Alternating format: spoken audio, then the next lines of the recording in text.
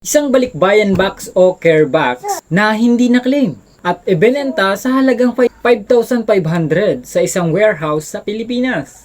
At nag-viral sa Facebook at umabot ito ng 11 million views noong Biyernes, December 29. Hala!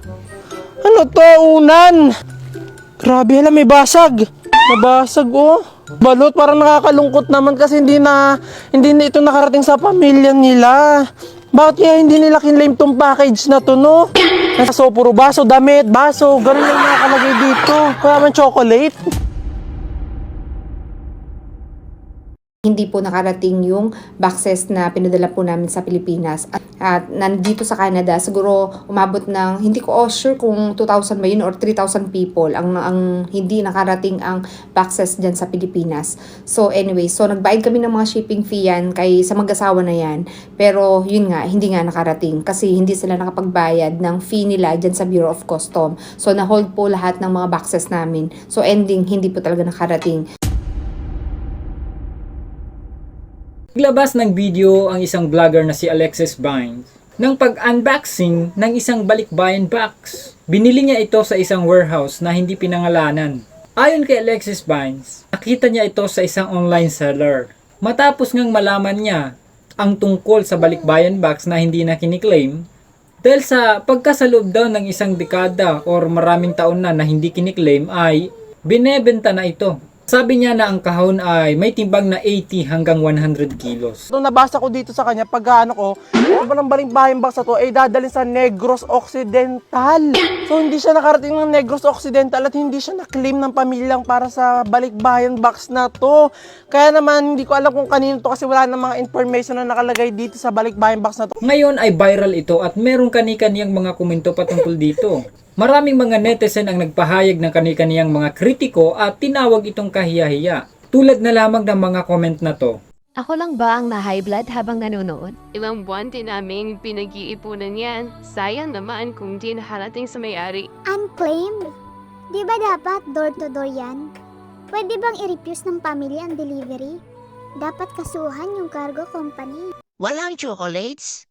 Kinuha na nila yan. Ha ha ha ha.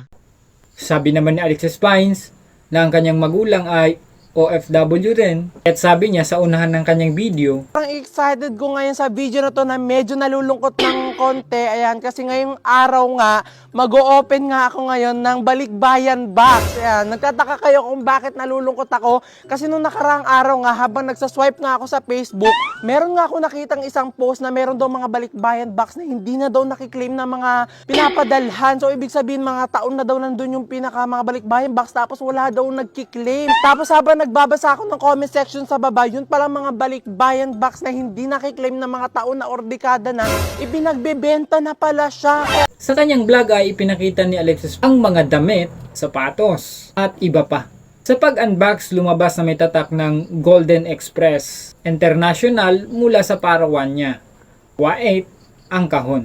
Nakipag-ugnay ng expat media sa kumpanya at sinabing mag-iimbestiga sila. Imbestigahan daw nila kung galing sa kanila ang kahon o kung may bumili ng kahon nila. Ayon sa Golden Express International, noong nakaraang taon, maraming mga balikbayan box ang hindi na-claim. Ang sabi ng BOC, ang Bureau of Customs, ang pag-auctions ng mga hindi na-claim na kahon, tanging legal na paraan para ma-dispose ang mga ito. Ayon sa batas ng Pilipinas, itinuturing na napabayaan o ilalagay sa auction ang mga kahon.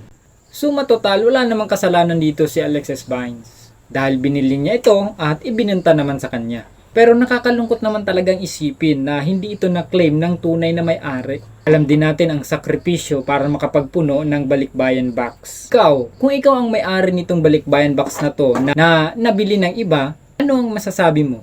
Dapat ba itong ibenta pa? O isauli na lang sa may-ari? Comment down below. Don't forget to subscribe.